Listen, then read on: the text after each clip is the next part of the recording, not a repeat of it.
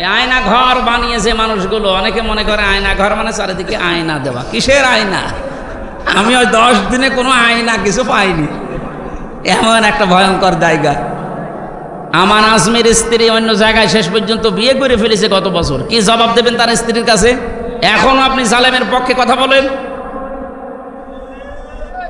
কিছুই যদি না করা যায়, অন্তত আয়না ঘর যারা বানিয়েছিল আর এর সাথে যারা জড়িত তাদের এই এক অপরাধের কারণে ফাঁসি দেওয়া কোনো ব্যাপারই না।